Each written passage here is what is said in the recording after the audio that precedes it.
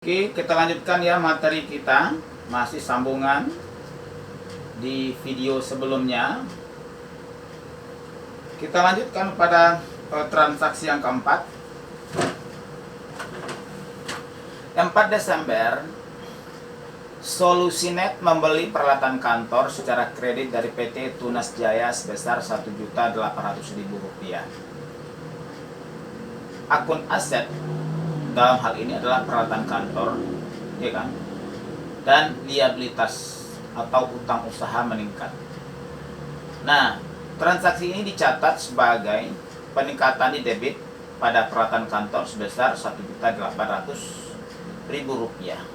Kemudian peningkatan di kredit ya pada utang usaha sebesar Rp1.800.000. Kita catatkan di dalam jurnal, masukkan tanggal pada kolom tanggal 4. Kemudian ya sisi debit peralatan kantor sebesar Rp1.800.000. Kemudian utang usaha dijorokkan ke dalam di kredit sebesar Rp1.800.000. Kita bisa tambahkan keterangan pembelian peralatan secara kredit. Kemudian dampak persamaan pada akuntansi ini kita posting ke buku besar ya. Aset dalam hal ini adalah peralatan kantor, nama akunnya, kemudian nomor akunnya 18 ya. Tanggal 4 Desember di debit sebesar Rp1.800.000. Kemudian kita pindahkan nomor akun ke kolom referensi pada jurnal umum 18 atau 18, tanda kita sudah melakukan pemostingan. Oke. Kemudian ya pada liabilitas itu ada utang usaha, nama akunnya ya di buku besar.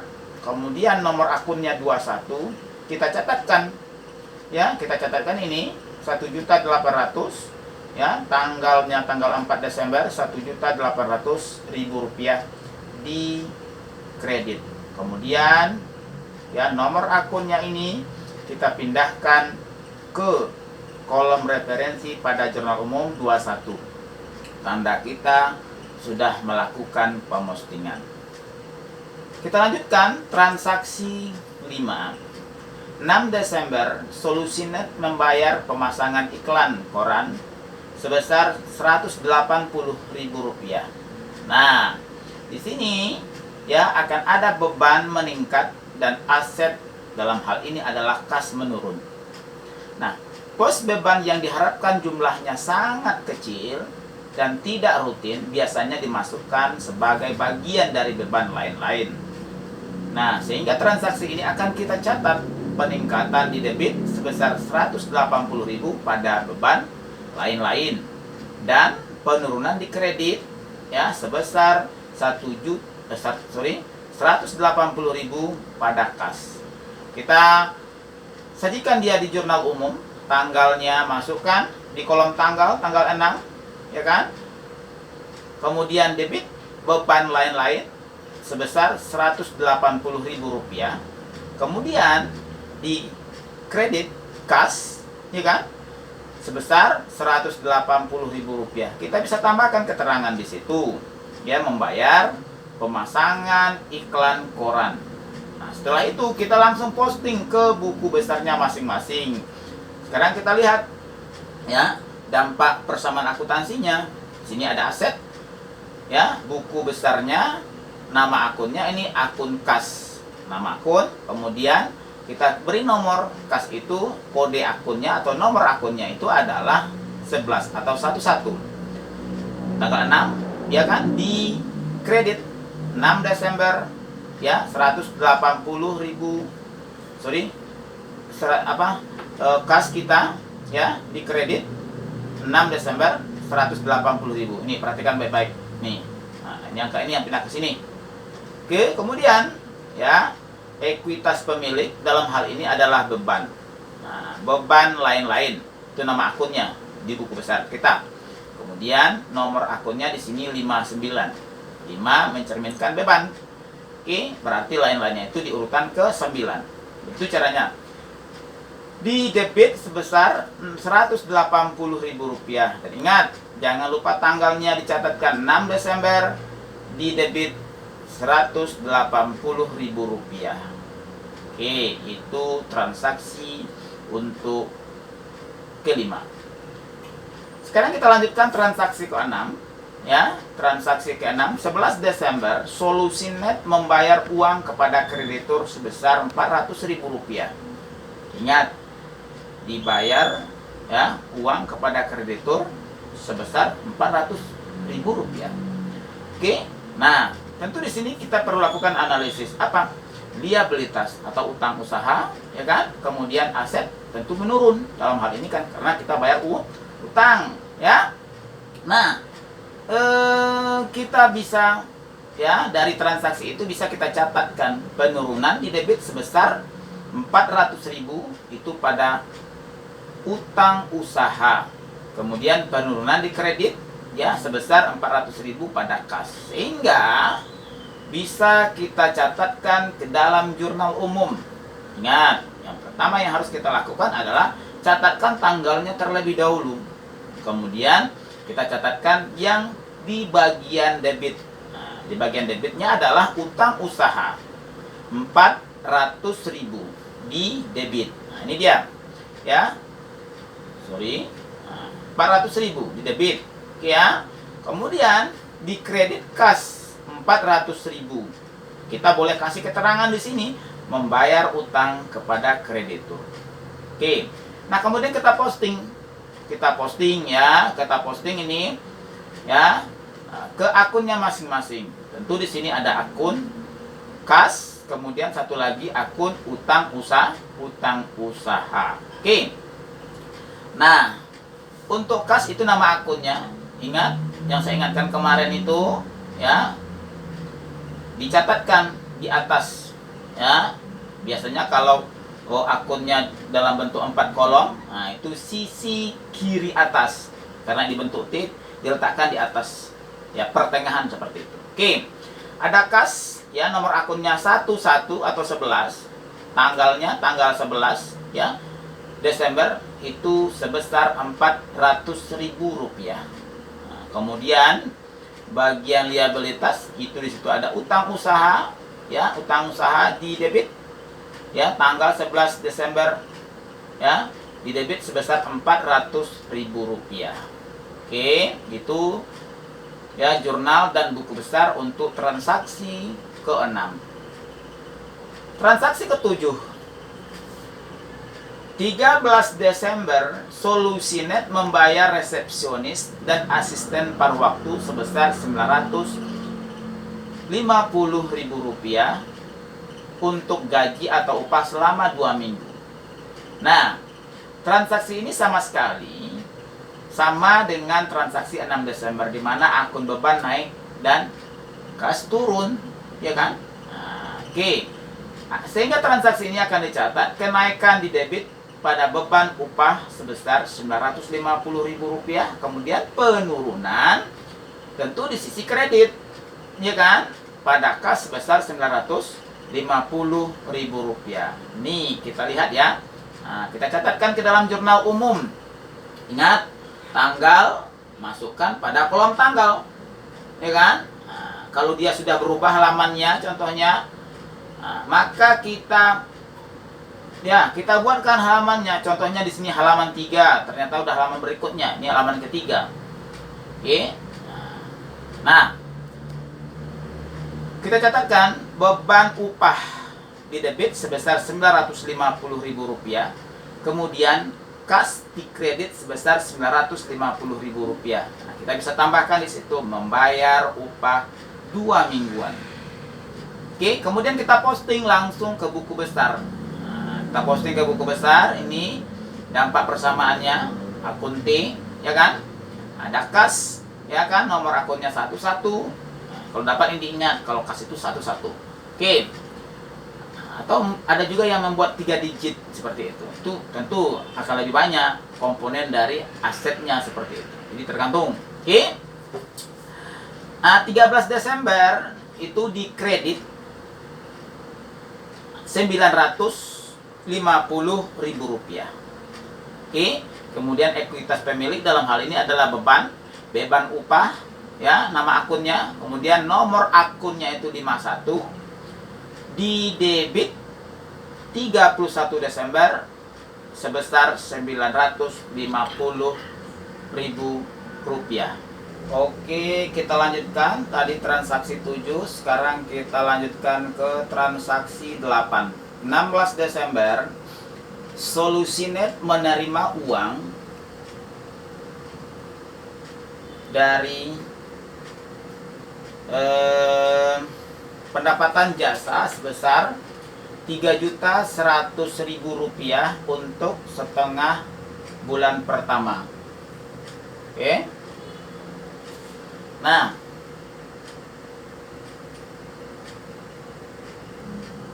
oke, kita ulangi. Transaksi 8, 16 Desember, Solusinet menerima uang dari pendapatan jasa sebesar Rp3.100.000 untuk setengah bulan pertama di Desember. Nah, kita akan lakukan analisis. Itu terjadi peningkatan pada akun aset, dalam hal ini adalah kas, dan akun pendapatan tentu dalam hal ini adalah pendapatan jasa. Nah, transaksi ini akan kita catat sebagai berikut. Peningkatan di debit sebesar Rp3.100.000 pada akun kas. Kemudian peningkatan di kredit sebesar Rp3.100.000 pada akun pendapatan jasa. Nah, kita bisa sajikan di jurnal umum, ya. Jangan lupa tanggalnya, tanggal 16, masukkan ke kolom tanggal ini, ya. Perhatikan panah. Kas, ya, di debit Rp3.100.000. Kemudian pendapatan jasa Rp3.100.000 di kredit. Kita boleh tambahkan keterangan menerima honor dari pelanggan. Nah, setelah itu kita langsung posting, ya, posting ke buku besar. Nah, perhatikan di situ ada buku besar aset, dalam hal ini kas, nama akunnya, ya kan, nomor akunnya 11 atau 11, 16 Desember Rp3.100.000 di debit. Kemudian, ya, ekuitas pemilik dalam hal ini adalah pendapatan, ya, pendapatan, nama akunnya, nomor akunnya 41, di kredit 16 Desember, ya, 16 Desember Rp3.100.000. Oke, itu transaksi 8.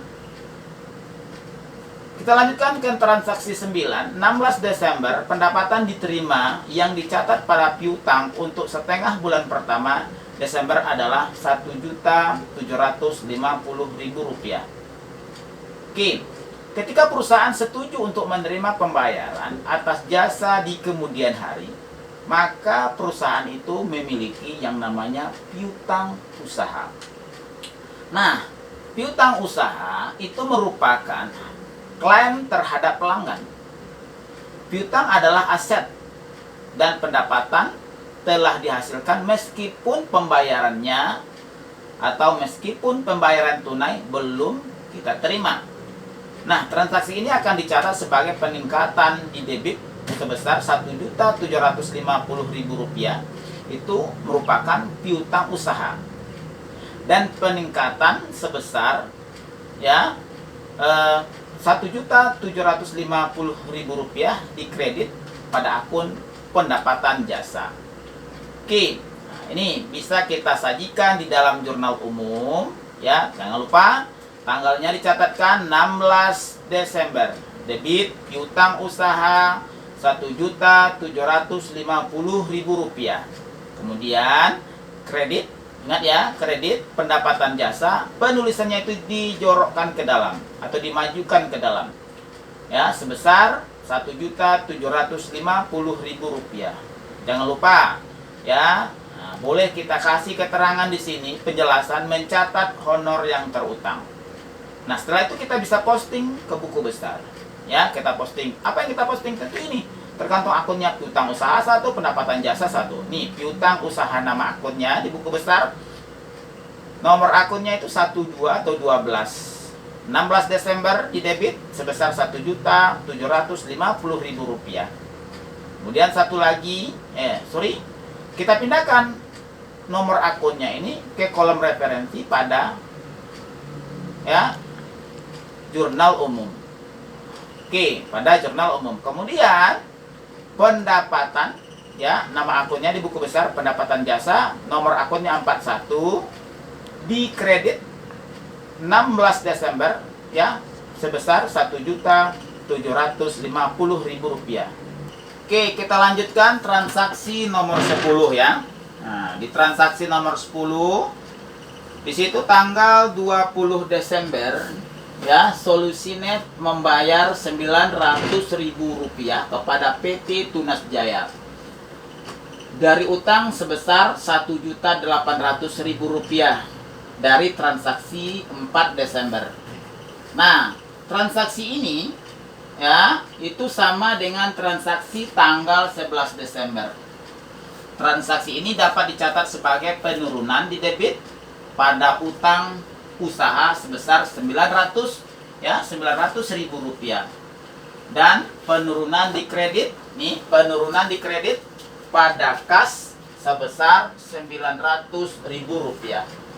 Nah, kemudian kita catatkan ke dalam jurnal, ke dalam jurnal umum. Ingat, kolom tanggal, ini tanggalnya jangan lupa. Nah, tanggalnya tanggal 20.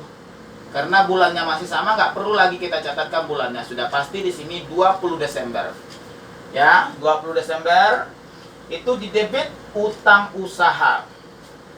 Debit utang usaha nih Rp900.000.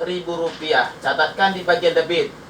Kemudian di kredit kas. Ingat, cara pencatatannya itu majukan dia ke depan atau jorokkan ke dalam. Kas di kredit Rp900.000. Catatkan dia di bagian kredit. Nah, kemudian kita boleh menambahkan penjelasan atau keterangan membayar sebagian utang kepada PT Tunas Jaya. Nah, setelah itu kita posting langsung ke buku besar karena kita tadi mempergunakan akun T. Kita posting utang usaha dan kas masing-masing ke buku besarnya. Nah, perhatikan di situ aset tadi ada kas, ini kas nomor akun kas itu 11 di kredit nih, tanggalnya jangan lupa, bulannya Desember, 900.000 ini sumbernya.